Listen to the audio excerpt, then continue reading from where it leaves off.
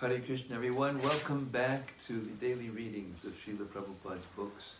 And first of all, I must apologize for being late, but I had a little problem with my calendar program, and I got to year 8 instead of 2019, and I had to recoup myself. But now, after a little time travel, I'm back with you. Hare Krishna. Without further ado, we're going to read Srila Sanatana Goswami's glorification of the Srimad-Bhagavatam for our edification and depth of understanding of what we're reading. It goes like this. Sarva Shastabdi Piyusha Sarva Vedaika Satpala Sarva Siddhanta Ratnadya Sarva Lokaika Drikprada. O nectar from the ocean of all scriptures, singular fruit of all the Vedas, rich mine of the precious gems of all conclusive truths, you are the only giver of sight to all the worlds. Sarva Bhagavata Prana, Srimad Bhagavata Prabhu, Kalindwanto Nitaditya, Shri Krishna Parivartita. O life air of all the Supreme Lord's devotees, O Master Srimad-Bhagavatam, you are the sun risen in the darkness of Kali. You are the exact image of Sri Krishna. Paramananda Pataya Prema Varshaksharayate Sarvada Sarvasevyaya Shri Krishnaya Namostume. I bow down to you, who are supremely blissful to read. Your every syllable pours down a flood of prema. You can always be served by everyone. You are Sri Krishna himself. Madhikabando matsangin, madguro madmahadana, madnistadaka madbhagya, madhananda namostute. My only friend, my constant companion, my spiritual master, my great wealth, my savior, my good fortune, my source of ecstasy, I bow down to you. Asadu sadhu tadayin adini chochitakrada anamunchakada chinmam premna ritkantayospuda. O bestower of saintliness to the unsaintly, O exalter of the most fallen, please never leave me. Always appear in my heart and my voice with pure love. Om Namo Bhagavate Vasudevaya. Om Namo Bhagavate Vasudevaya. Om Namo Bhagavate Vasudevaya. Om Namo Bhagavate Vasudevaya. Om Namo Bhagavate Vasudevaya. Om Namo Bhagavate Vasudevaya. So, 5th canto, chapter 5, starting with text 8. Rsabhadeva has appeared as the son of Nabi Maharaj, and after Rsabhadeva was growing up and Nabi Maharaj realized how everyone loved him, he was the Supreme Personality of Godhead, and he got him as a son by performing a huge sacrifice. And now we're going to hear what happened after Nabi Maharaj left for Badrikashram for his own spiritual perfection and left Rsabhadeva as the ruler of the world. Text 8. After Nabi Maharaj departed for Badrikashram, the Supreme Lord Rsabhadeva understood that his kingdom was his field of activities. He therefore showed himself as an example and taught the duties of a householder by first accepting brahmacharya under the direction of spiritual masters. He also went to live at the spiritual master's place, Gurukula. After his education was finished, he gave gifts, Guru Dakshina, to his spiritual masters, and then accepted the life of a householder. He took a wife named Jayanti and begot 100 sons who were as powerful and qualified as he himself. His wife Jayanti had been offered to him by Indra, the king of heaven. Rsabhadeva and Jayanti performed householder life in an exemplary way, carrying out ritualistic activities ordained by the Shruti and Smriti Shastra. Purport. Being an incarnation of the Supreme Personality of Godhead, Rsabhadeva had nothing to do with material affairs. As stated in Bhagavad Gita, Paritranaya sadhunam vinashaya chaduskritam. The purpose of an incarnation is to liberate his devotees and stop the demoniac activities of non-devotees. These are the two functions of the Supreme Lord when he incarnates. Sri Chaitanya Mahaprabhu has said that in order to preach, one must live a practical life and show how people to do things, show people how to do things. Apani achari, bhakti shikaimut sabari. One cannot teach others unless he behaves the same way himself. Rsabhadeva was an ideal king, and he took his education in the Gurukula, although he was already educated, because the Supreme Lord is omniscient. Although Rsabhadeva had nothing to learn from Gurukula, he went there just to teach the people in general how to take an education from the right source, from Vedic teachers. He then entered householder life and lived according to the principles of Vedic knowledge, Shruti and Smriti. In his Bhakti Rasamrita Sindhu 1.2.101, Srila Rupa Goswami, quoting the Skanda Purana, states, Shruti Smriti Puranadi Pancharatra Vidyam Bina Aikantiki Harer Bhaktir Utpata Yaiva Kalpate. Human society must follow the instructions received from Shruti and Smriti, Vedic literature. Practically applied in this life, this is worship of the Supreme Personality of Godhead according to the Pancharatrika Vidhi. Every human being must advance his spiritual life and at the end return home back to Godhead. Maharaj Rsabhadeva strictly followed all these principles. He remained an ideal grihastha and taught his sons how to become perfect in spiritual life. These are some examples of how he ruled the earth and completed his mission as an incarnation. Text 9. Of Rsabhadeva's 100 sons, the eldest, named Bharat, was a great exalted devotee qualified with the best attributes. In his honor, this planet has become known as Bharatvarsha. Purport. This planet known as Bharatvarsha is also called Punya Bhumi, the pious land. At the present moment, Bharatbhumi or Bharatvarsha is a small piece of land extending from the Himalaya mountains to Cape Comorin. Sometimes this peninsula is called Punya Bhumi. Sri Chaitanya Mahaprabhu has given special importance to the people of this land. Bharata Bhumite Hoila Manushya Janmajar Janma Sartaka Kari Karapada Upakar. One who has taken his birth as a human being in the land of India, Bharatvarsha, should make his life successful and work for the benefit of all other people. CC Adi 941. The inhabitants of this piece of land are very fortunate.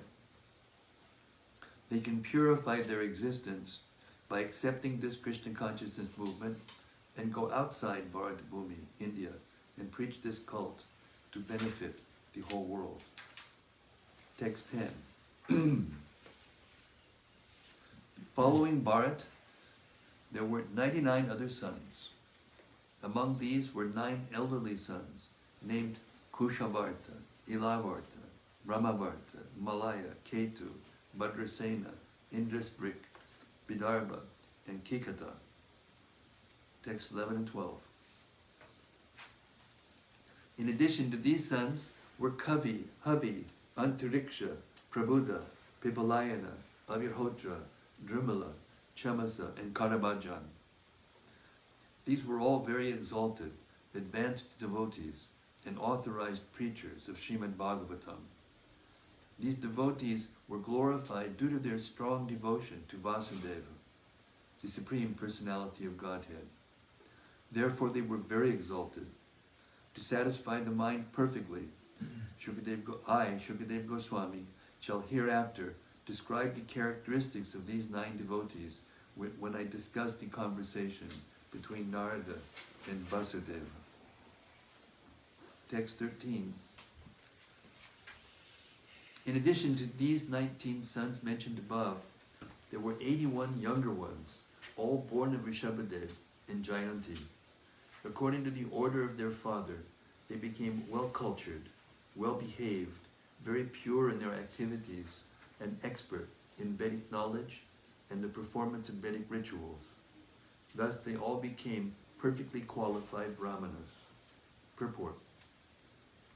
From this verse we have good information of how the castes are qualified according to quality and work. Rsabhadeva, a king, was certainly a Kshatriya. He had 100 sons, and out of these 10 were engaged as Kshatriyas and ruled the planet.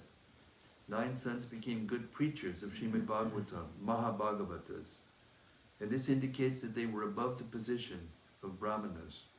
The other 81 sons became highly qualified brahmanas. These are some practical examples of how one can become fit for a certain type of activity by qualification, not by birth. All these sons of Maharaj Rsabhadeva were Kshatriyas by birth, but by quality, some of them became Kshatriyas and some became brahmanas. 9 became preachers of Srimad-Bhagavatam, Bhagavata Dharma Darshana, which means that they were above the categories of Kshatriya and Brahmana. Text 14.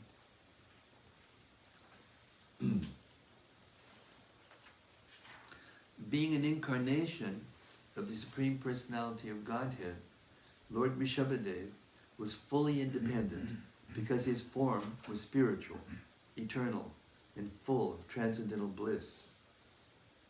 He eternally had nothing to do with the 4 principles of material misery: birth, death, old age, and disease. Nor was he materially attached. He was always equipoised, and he saw everyone on the same level.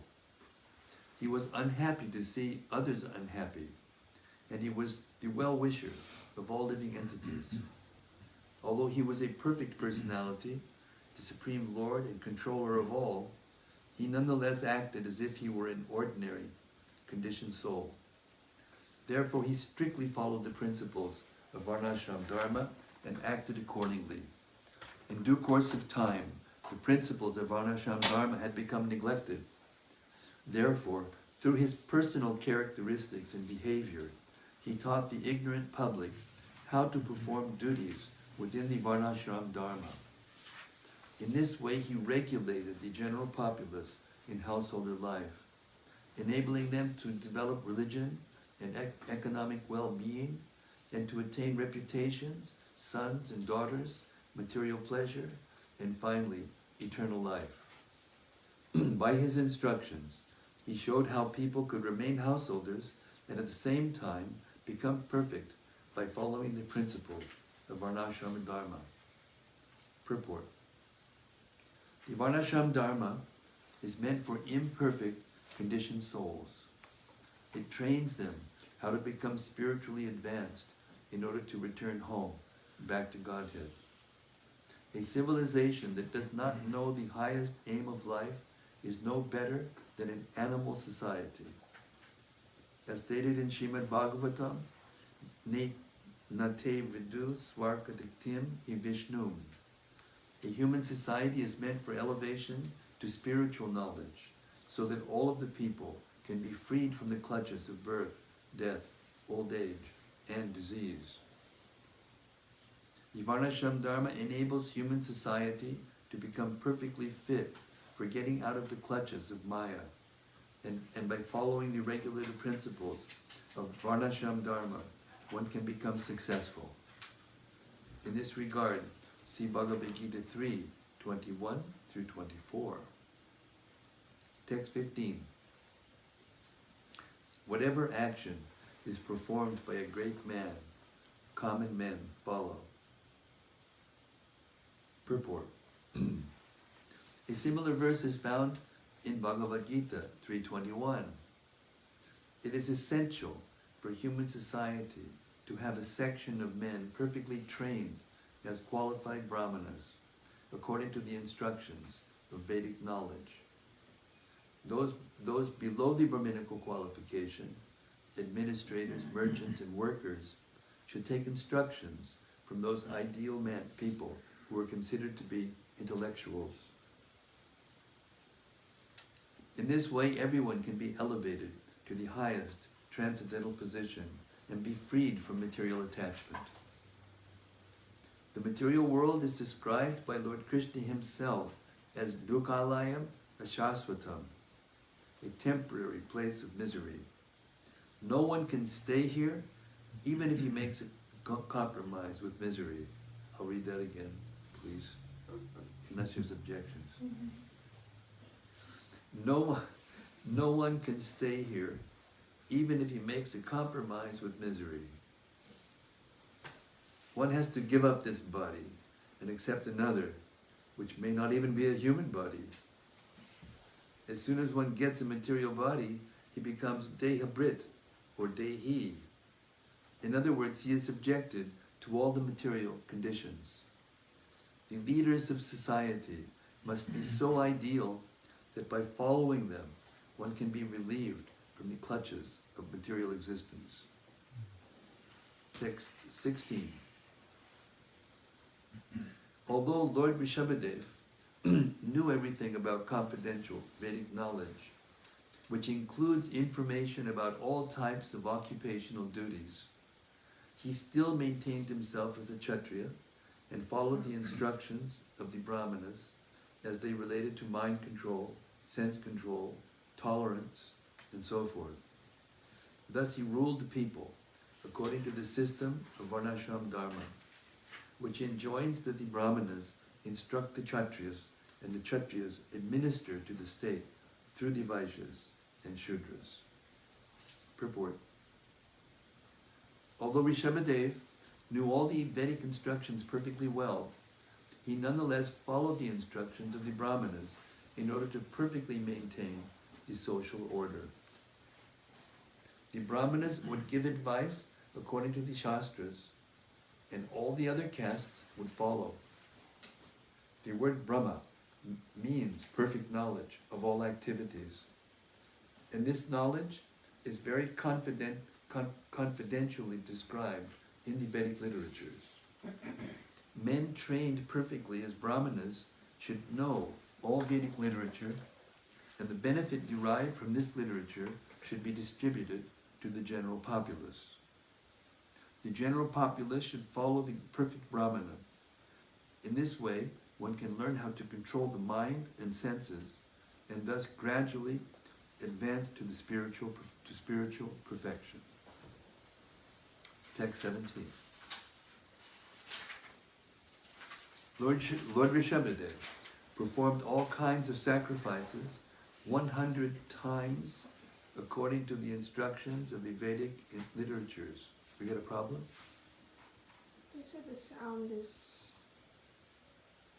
It's not as good. She said it, Rati said it's audible but not optimal. Well,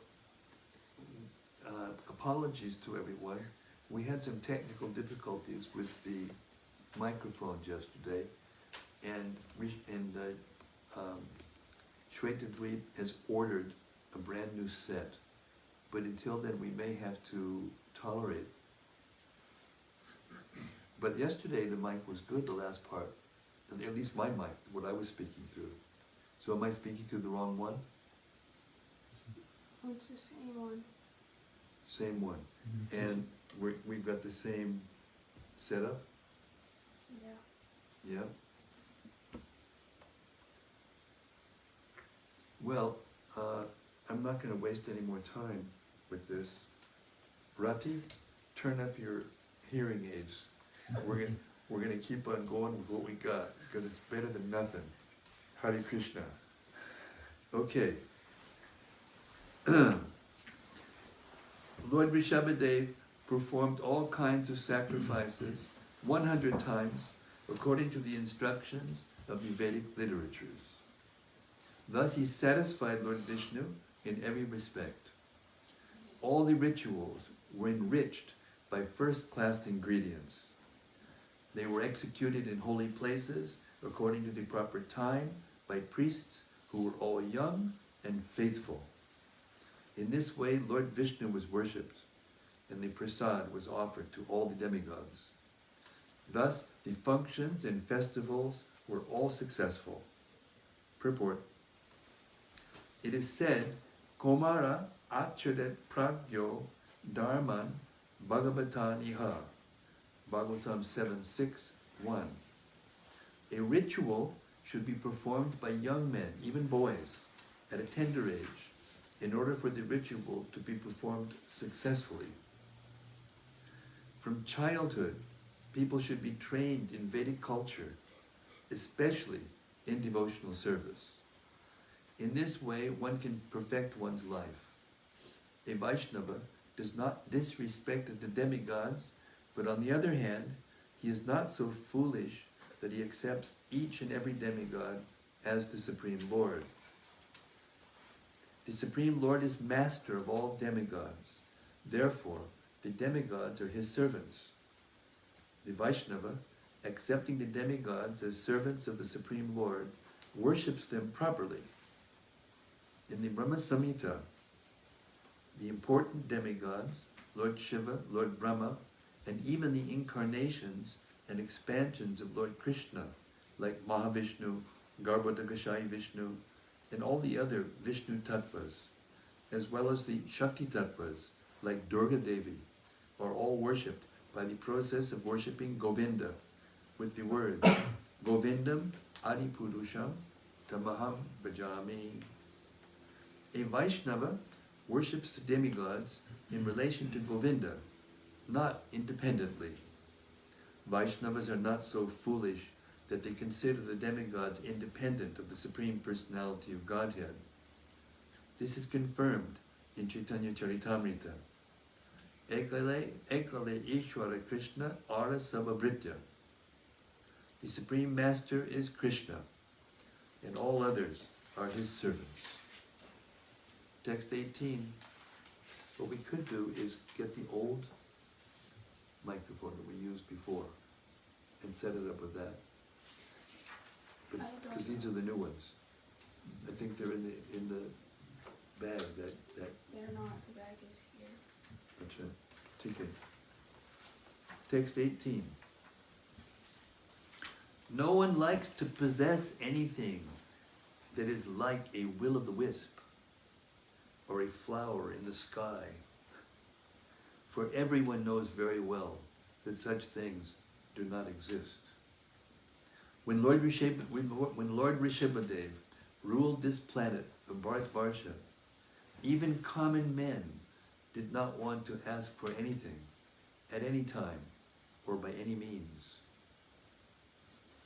No one ever asks for a will-o'-the-wisp. In other words, everyone was completely satisfied, and therefore there was no chance of anyone's asking for anything. The people were absorbed in great affection for the king. Since this affection was always expanding, they were not inclined to ask for anything. Purport. In Bengal, the word Godhead Dimba is used, which means the egg of a horse.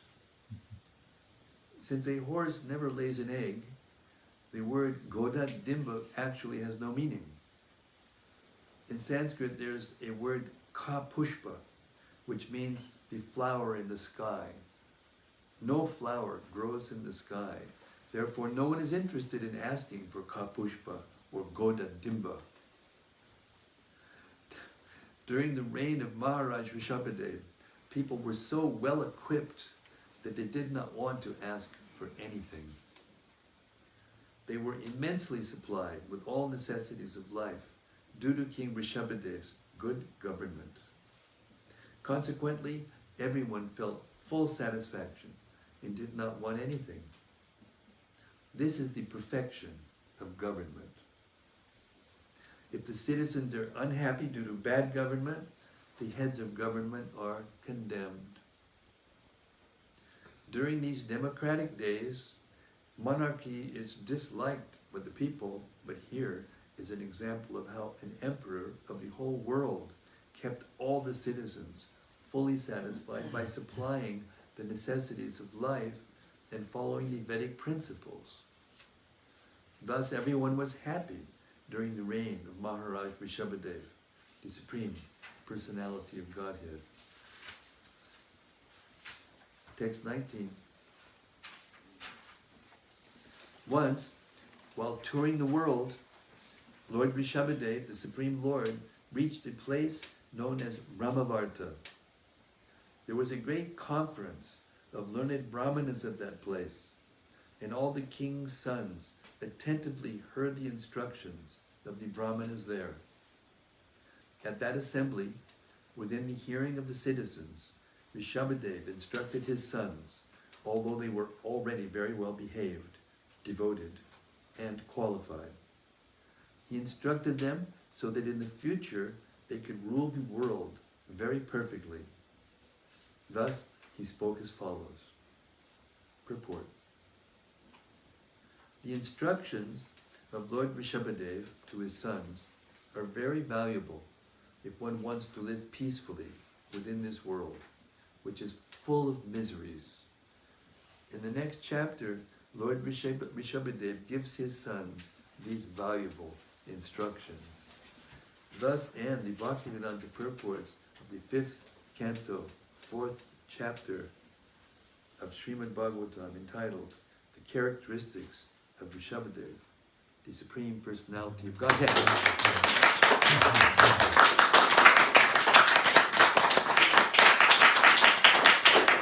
Okay, that was the prelude to the teachings of Rsabhadeva, which is a very, very deep chapter, and one of Srila Prabhupada's favorite ones, by the way. He used a lot of the verses from this chapter in his daily preachings.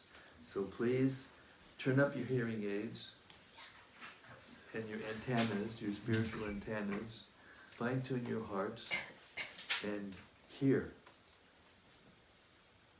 with rapt attention these teachings. Chapter 5, Lord Rsabhadeva's teachings to his sons. Summary. In this chapter there is a description of Bhagavat Dharma, religious principles in devotional service that transcend religious principles for liberation and the mitigation of material misery. It is stated in this chapter that a human being should not work hard like dogs and hogs for sense gratification. The human life is especially meant for the revival of our relationship with the Supreme Lord. And to this end, all kinds of austerities and penances should be accepted. By severe austerities, one's heart can be cleansed of material contamination, and as a result, one can be situated on the spiritual platform. To attain this perfection, one has to take shelter of a devotee and serve him. Then the door of liberation will be open.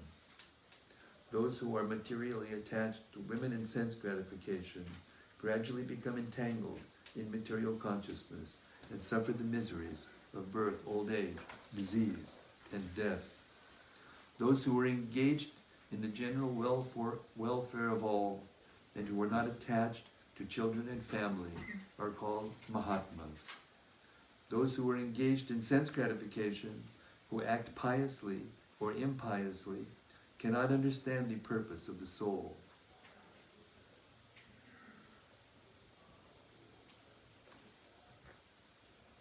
Therefore,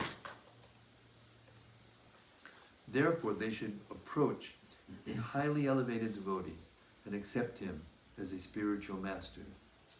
By his association, one will be able to understand the purpose of life. Under the instructions of such a spiritual master, one can attain devotional service to the Lord, detachment from material things, and tolerance of material misery and distress.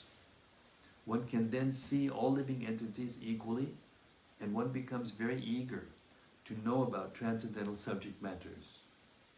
Endeavoring persistently for the satisfaction of Krishna, one becomes detached from wife, children, and home. He is not interested in wasting time. In this way, one becomes self-realized. A person advanced in spiritual knowledge does not engage anyone in material activity, and one who cannot deliver another person by instructing him in devotional service should not become a spiritual master, father, mother, demigod, or husband.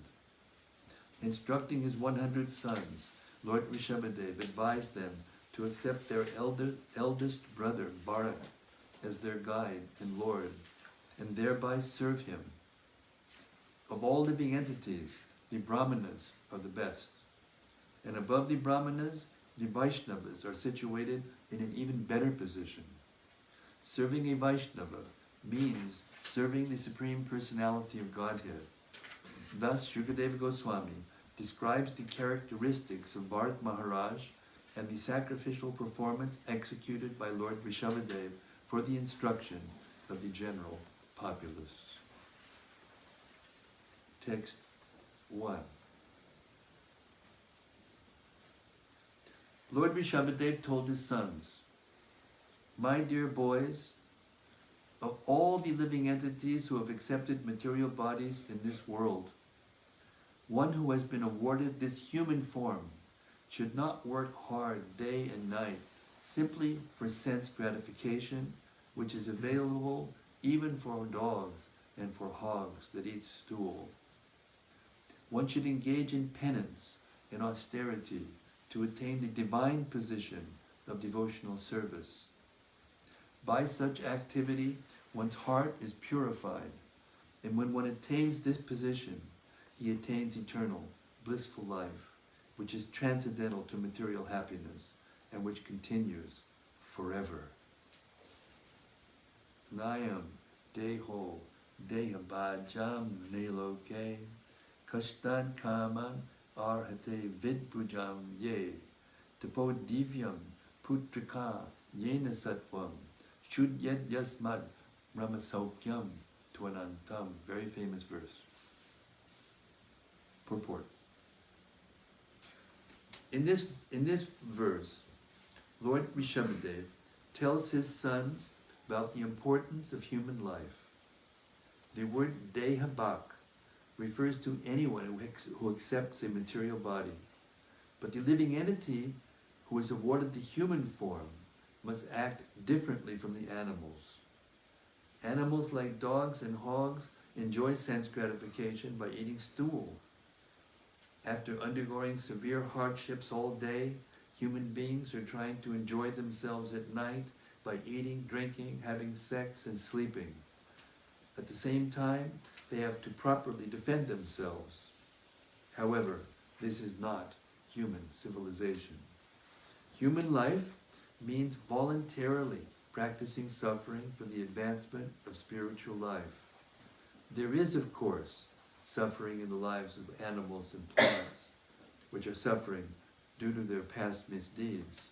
However, human beings should voluntarily accept suffering in the form of austerities and penances in order to attain the divine life. After attaining the divine life, one can enjoy happiness eternally. After all, every living entity is trying to enjoy happiness, but as long as one is encaged in the material body, he has to suffer different kinds of misery. A higher sense is present in the human form. We should act according to superior advice in order to attain eternal happiness and go back to Godhead. It is significant in this verse that the government and the natural guardian, the father, should educate subordinates and raise them to Krishna consciousness. Devoid of Krishna consciousness, every living being suffers in this cycle of birth and death perpetually. To relieve them from this bondage, and enable them to become blissful and happy, bhakti yoga should be taught. A foolish civilization neglects to teach people how to rise to the platform of bhakti yoga. Without Krishna consciousness, a person is no better than a hog or dog.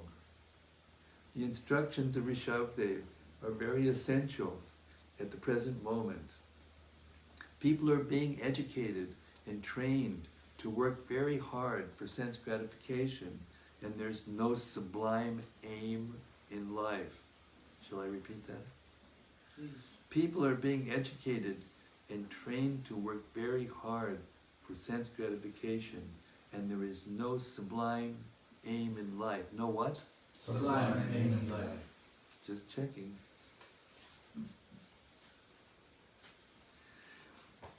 A man travels to earn his livelihood, leaving home early in the morning, catching a local train, and being packed in a compartment. He has to stand for an hour or two in order to reach his place of business. Then again, he takes a bus to get to the office. At the office, he works hard from 9 to 5. Then he takes 2 or 3 hours to return home. After eating, he has sex and goes to sleep.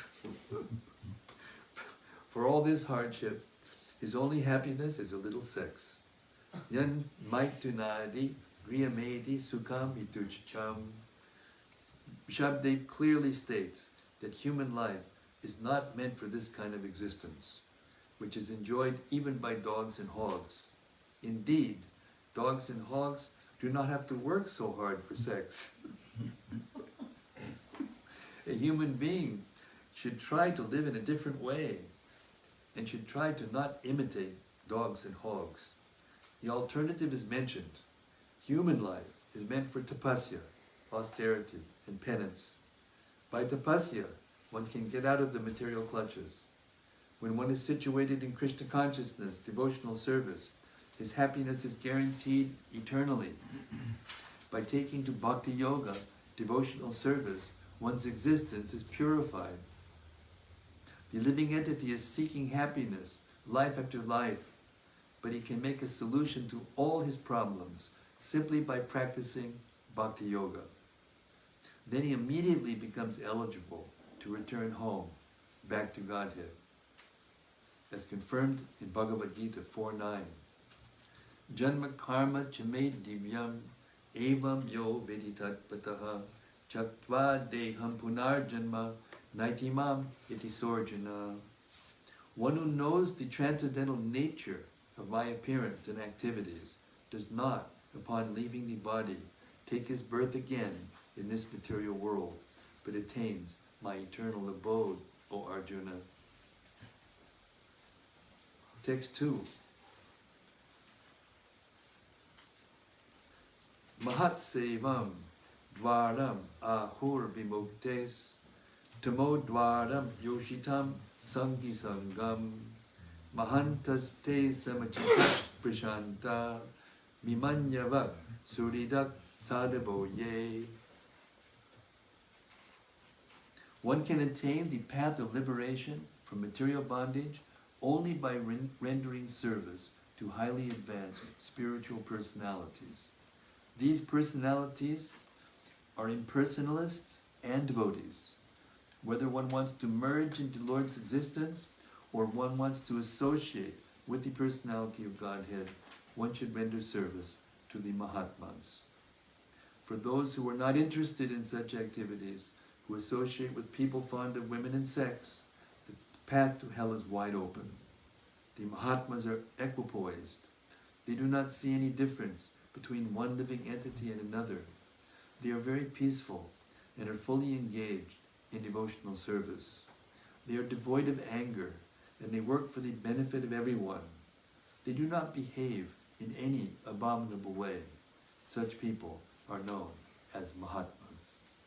Purport. The human body is like a junction. The human body is like a what? Junction.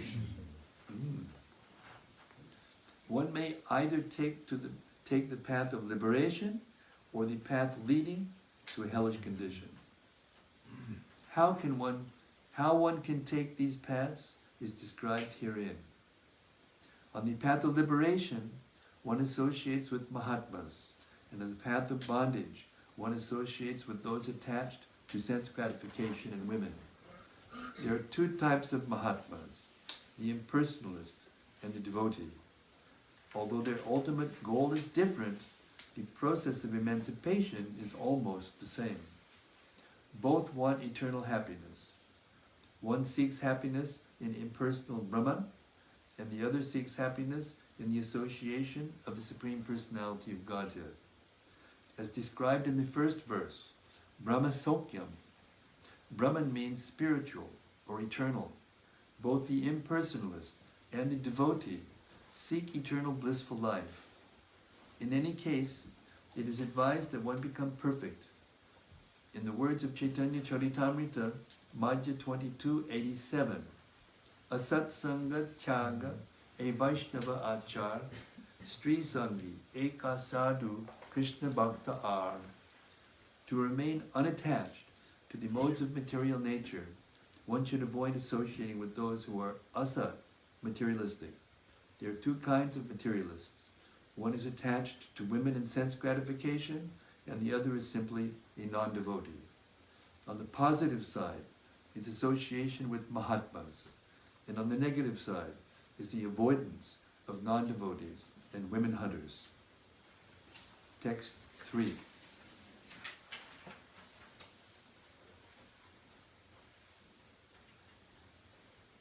Those who are interested in reviving Krishna consciousness and increasing their love of Godhead do not like to do anything that is not related to Krishna. They are not interested in mingling with people who are busy maintaining their bodies, eating, sleeping, mating, and defending. They are not attached to their homes, although they may be householders, nor are they attached to wives, children, friends, or wealth. At the same time, they are not indifferent to the execution of their duties. Such people are interested in collecting only enough money to keep the body and soul together. Purport. Whether he is an impersonalist or a devotee, one who is actually interested in advancing spiritually should not mingle with those who are simply interested in maintaining the body by means of the so-called advancement of civilization. Those who are interested in spiritual life should not be attached to homely comforts in the company of wife, children, friends, and so forth. Even if one is a grihasta and has to earn his livelihood, he should be satisfied by collecting only enough money to maintain body and soul together. One should not have more than that, nor less than that. As indicated herein, a householder should endeavor to earn money for the execution of Bhakti Yoga, Shravanam, Kirtanam, Vishnu Smaranam, Pada Sevanam, Archanam, Vandanam, Dasyam, Sakyam, Atma Nivedanam. A householder should lead such a life that he gets full opportunity to hear and chant. I'll repeat that again, just in case you didn't hear it. We've only heard it about 3 million times. A householder should lead such a life that he gets full opportunity to hear and chant. Haribol. Haribol. He should worship the deity at home, observe festivals, invite friends in, and give them prasad. A householder should earn money for this purpose, not for sense gratification. Text 4.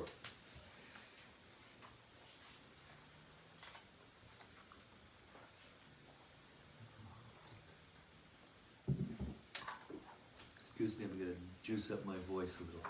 Don't mind. I do this regularly in the morning. Translation. When a person considers sense gratification the aim of life, he certainly becomes mad after materialistic living and engages in all kinds of sinful activity. He does not know that due to his past misdeeds, he has already received a body which, although temporary, is the cause of his misery. Although the living entity should not have taken on a material body, actually, the living entity should not have taken on a material body, but he has been awarded the material body for sense gratification. Therefore, I think it not befitting an intelligent man to involve himself again in the activities of sense gratification, by which he perpetually gets material bodies one after another. This is a very important verse. I'll read the Sanskrit. Nunam pramata kurute vikarma yadindriya pritaya aprinoti nasadhu manye yata atmano yam asan abhiklesha da asadeha. Purport. Begging, borrowing, and stealing to live for sense gratification is condemned in this verse, because such consciousness leads one to a dark, hellish condition. The four sinful activities are illicit sex, meat eating, intoxication, and gambling. These are the means by which one gets another material body. It is full of miseries. In the Vedas it is said, Asango yayam purusha. The living entity is not really connected with this material world, but due to his tendency to enjoy the material senses, he is put into the material condition.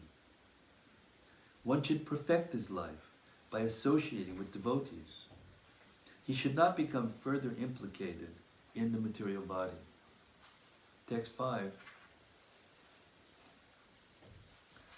As long as one does not inquire about the spiritual values of life, one is defeated and subjected to miseries arising from ignorance. Be it sinful or pious, karma has its resultant actions. So compassionate. Hare Krishna. Vaishnav Sevak. Hare Krishna. As long as one does not inquire about the values of life, one is defeated and subjected to miseries arising from ignorance. Be it sinful or pious, karma has its resultant actions.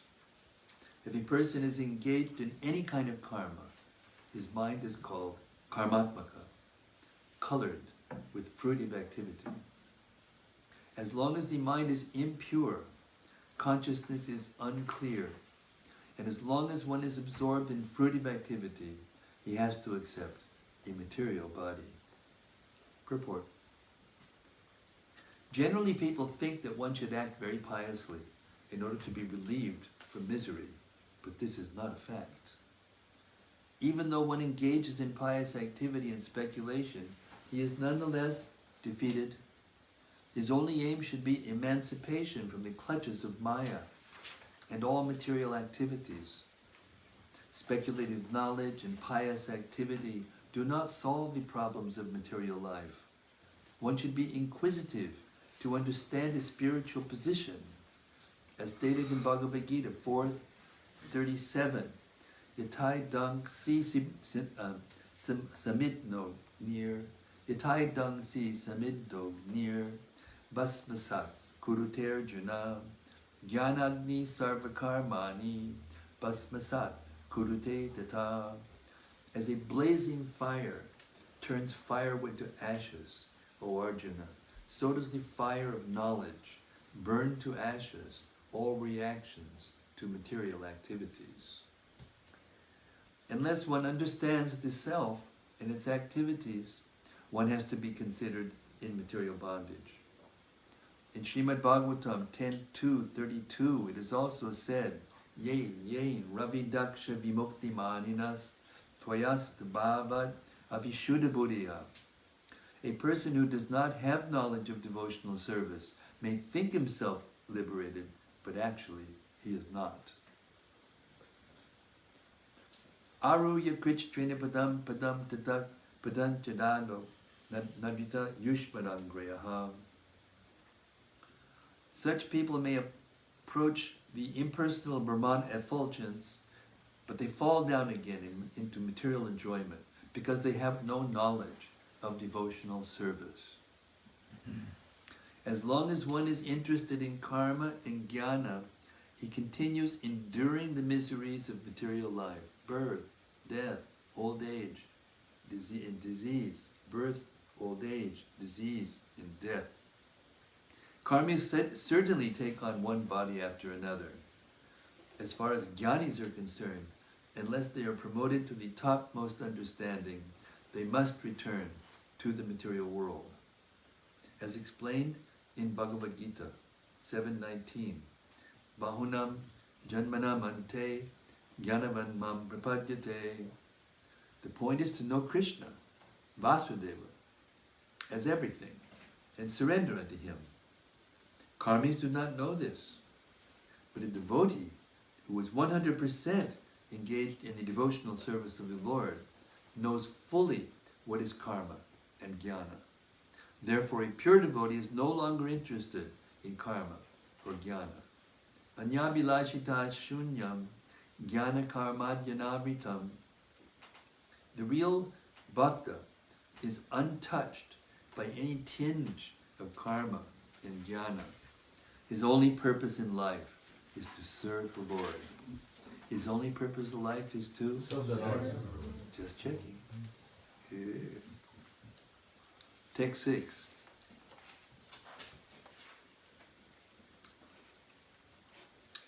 When the living entity is covered by the mode of ignorance, he does not understand the individual living being and the supreme living being, and his mind is subjugated by fruitive activity.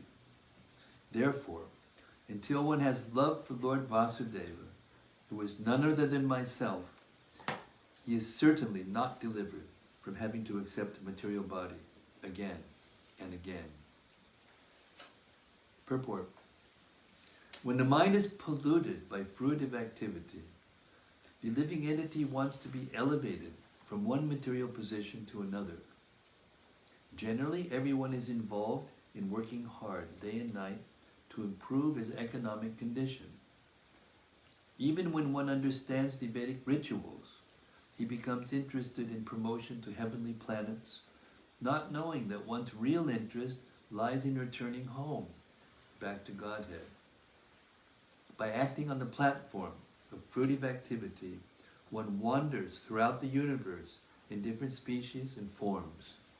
Unless he comes in contact with a devotee of the Lord, a guru, he does not become attached to the service of Lord Vasudeva.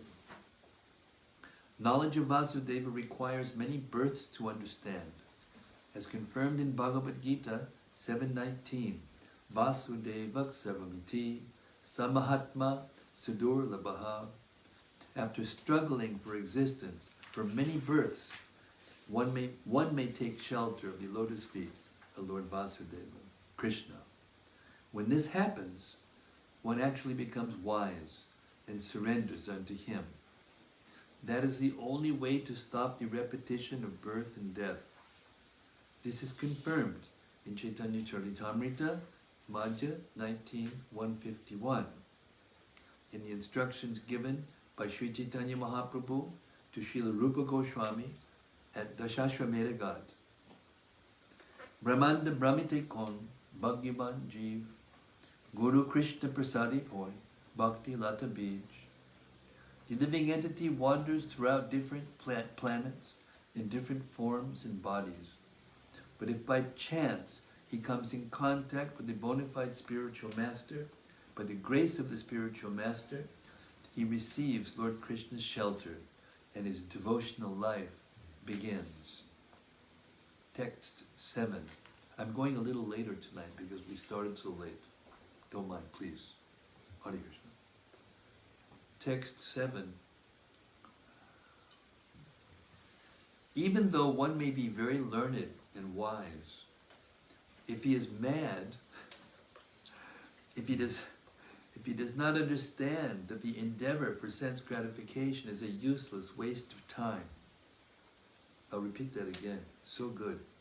Even though one may be very learned and wise, he is mad if he does not understand that the endeavor for sense gratification is a useless waste of time.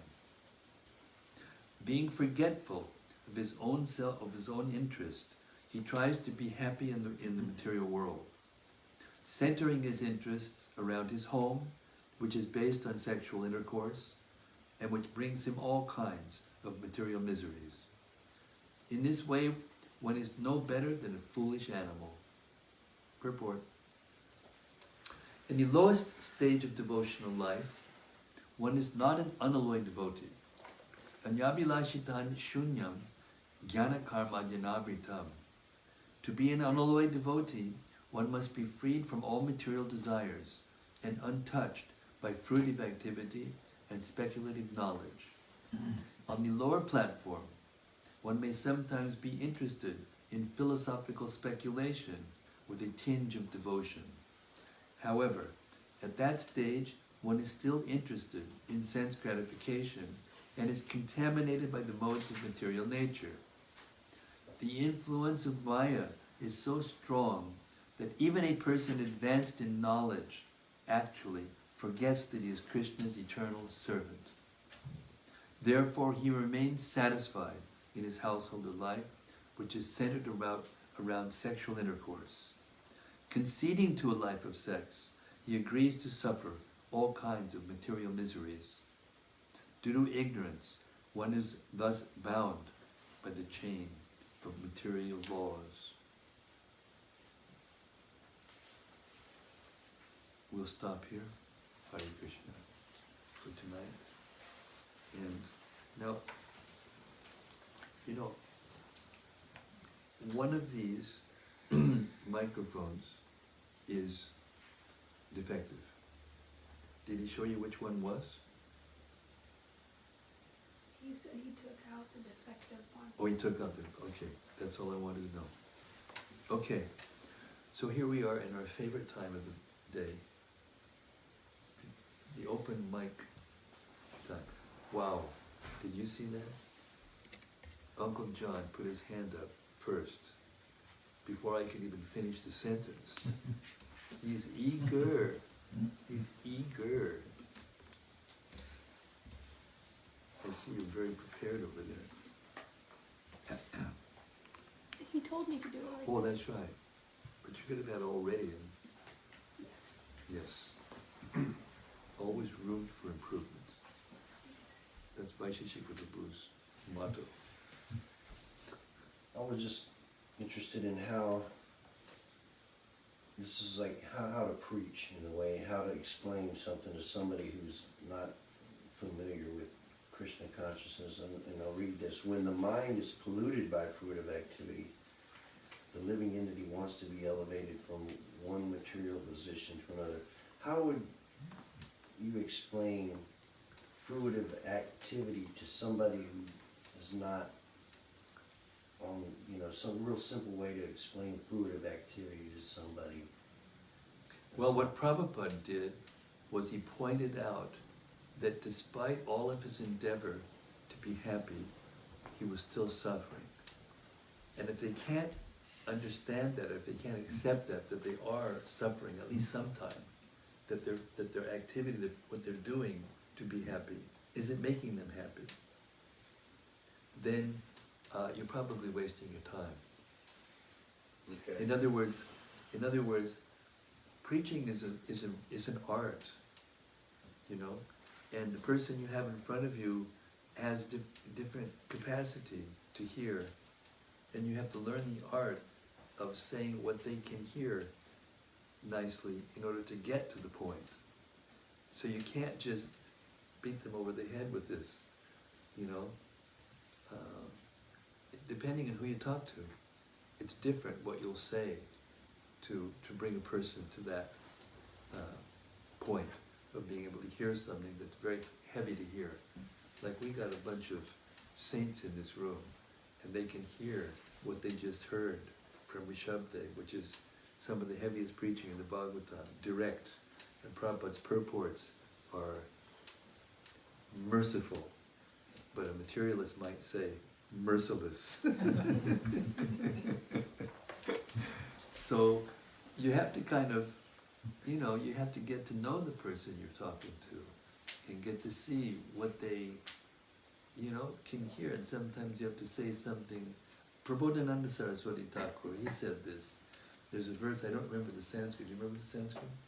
No. Anybody? Okay. So Prabodhananda Saraswati Thakur, he gives a verse, I remember Sanskrit, forgive me.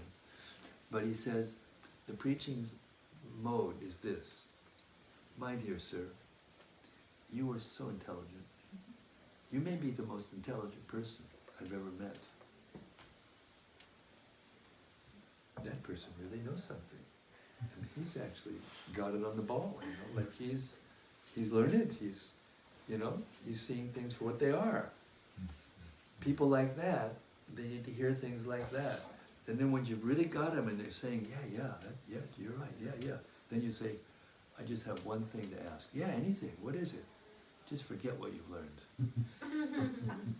And try to hear from Lord Chaitanya the truth, Krishna consciousness. I mean, that's a kind of like a gross example. There's so many subtle ways of saying it. But that's what you have to do. If you got friends out there, and I'm sure you do, that you work with, and you're trying to say something that are going to get them to hear something, a lot of people can't hear anything. So you got to take some nice sweets for them. Nice Krishna Prasadam. Fill them full of sweets first. Play the Hare Krishna mantra on your device while you're, working. Is it whistle while you work? Chant Hare Krishna while you work. Most people, Lord Chaitanya's method for preaching was for the general mass of people just to chant and get them to hear the mantra. And they become pious, whether they like it or not. Prabhupada used to say, you like it or not, you put your hand in a fire, you're going to get burned. It's the law of nature. You know about it or not, you inject a medicine into your body that works, you get well. Whether you know how it's working, you know about it or not. So anybody who's hearing the Hare Krishna, when Lord Chaitanya was in Puri, and all the devotees used to come to see him and stay with him during the Chaturmasya and Jagannath and the Rathi festival, 3 years running, 3 years in a row, the residents of Kulinigram, they asked him this question. Dear Lord, what should we do? And he answered, you serve the Vaishnavas. And the question was, who's a Vaishnava?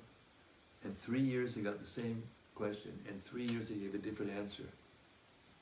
The first answer was, anybody who's chanted Hare Krishna even once should serve that person. And the next year, he gave the same question. He said, anyone who is regularly chanting and initiated and serving Krishna. And in the last year, he said, anyone who, when you see him, you want to chant Hare Krishna. So that way he explained the neophyte, the medium, and the advanced devotees. But he didn't say, don't serve one, serve the other. He said, serve them all. It's our humble opinion after 46 years of doing this every day, practically, that anyone who comes and even tries is not an ordinary person. And, not everyone can make it, but we have to give everyone a chance. And I could read just one letter. It would take me too long to find it. Anyway, Prabhupada wrote a very powerful letter in 1972, I believe, to Karandar in Los Angeles. And it was at a time when some of the GBC had these ideas to centralize certain things, and Prabhupada wasn't for it. And he, in that letter, he made a point about making devotees. He said you can't emphasize the rule and regulation too much in the beginning. You know, you have to give them a taste, you know, let them come, hear the lectures, see the deities, chant Hare Krishna, take prasadam, you know. And if you emphasize the rule and regulation, what you should do and shouldn't do too much in the very beginning, especially when they're coming, before they become serious, then they may go away with a bad taste. And that'll be our fault. That'll be our fault. It's a very nice letter. I'll look it up today and I'll read it to you tomorrow. So I was just saying, I said all those things just to give you an idea that, you know, you hear all these things. It's not that everything is to be said to everyone, you know. And we have a couple of doctors in the room, and I got to be careful what I say here because I'm not a doctor. But I think it's a principle that the doctor may have so many medicines that, is that right? Or not? You don't know what I'm saying. They have so many medicines at their disposal, but they don't give just the same medicine to everybody or the same quantity of medicine to everybody. First of all, they have to find out what it is, then they have to find out how serious it is, and then they know the medicine to give. So like that, we have to become spiritual doctors. Prabhupada told us that this movement is like a spiritual hospital, and there aren't very many doctors, just like in a hospital. Most of the people in the hospital are sick, and there aren't very many doctors. And the doctors have to stay well. Hare Krishna. The doctors are not gods. Yes, exactly. Ultimately, what heals people is spirituality, I mean, I believe. Yes. And a supreme being. Yes. Something else. I saw a hand. Okay. No, I was just pointing to her, she raised her hand. Oh, I see. Go ahead. Speaking on the topic of not too many doctors in the hospital, and that they're not gods. The spiritual master instructs us, and while we were reading, Krishna was talking. I mean, Rsabhadeva was talking to his sons and instructing them on transcendental knowledge. And the first thought that came to my mind while we were reading this was, why did Krishna come to the planet? You know, we have gurus who instruct us on the same things. So why did Krishna come to the planet? Because he likes to taste that nectar of preaching Krishna consciousness sometimes. He comes out of compassion for the fallen souls, and he wants to taste it, especially as his form in the form of Lord Chaitanya. He wants to taste what it's like to preach and to give, you know.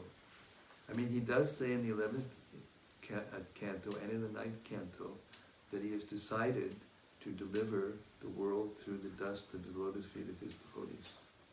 But in the purport, Vishwanath Chakravarti Thakur points out that actually Krishna, he follows his devotees who do that.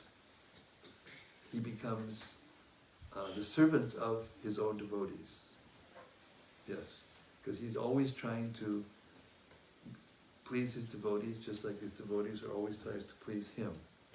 And when he walks in back of the devotees, the dust from his feet come up, and the wind blows it in front of the devotees, and then they walk on that, and then the dust from their feet are actually mixed with the dust from his feet. And when the devotee agrees to speak what Krishna has spoken in his own words, but without changing the meaning or without changing the intention, then Krishna, who's in the heart, when that sound vibration, because the sound vibration is vibrated from here. Have you ever put your hand on your chest when you're chanting? You can feel the chanting from here. That's where it's vibrated from originally. And therefore, that sound kicks up the dust from the super soul's feet, and comes out mixed with the sound of the preacher, and therefore it affects the hearts of the hearers.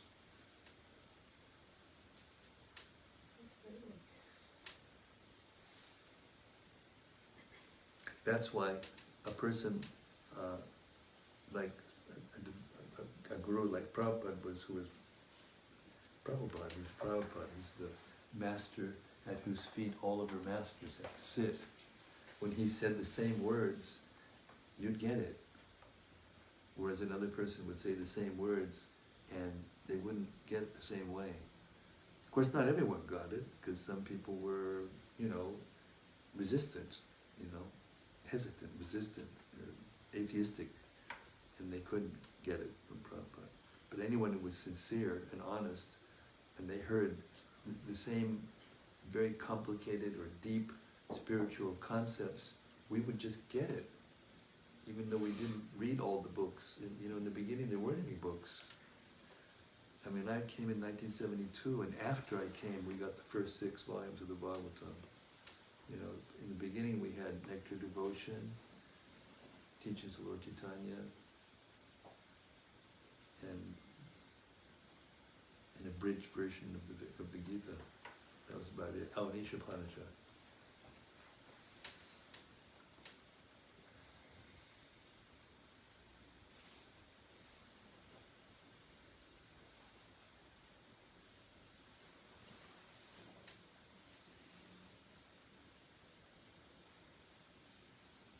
Hare Krishna.